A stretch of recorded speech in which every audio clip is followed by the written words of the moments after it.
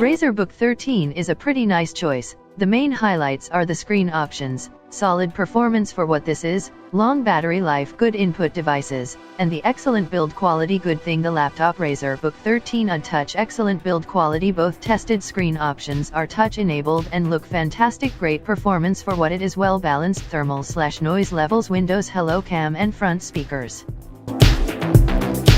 Keyboard and trackpad. When I first looked at the keyboard, I immediately thought it was the same one as on the laptop Razer Blade Stealth. The bed laptop Razer Book 13 UHD and Touch 2020. Razer needs a more professional logo for this type of model. A second USB-A would have been nice. Besides biometrics functionality, the webcam could be better. Expensive.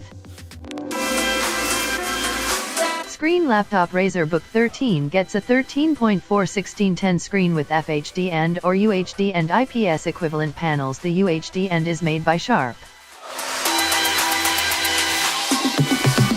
Screen laptop Razer Book 13 gets a 13.4:16:10 screen with FHD and/or UHD and IPS equivalent panels. The UHD and is made by Sharp.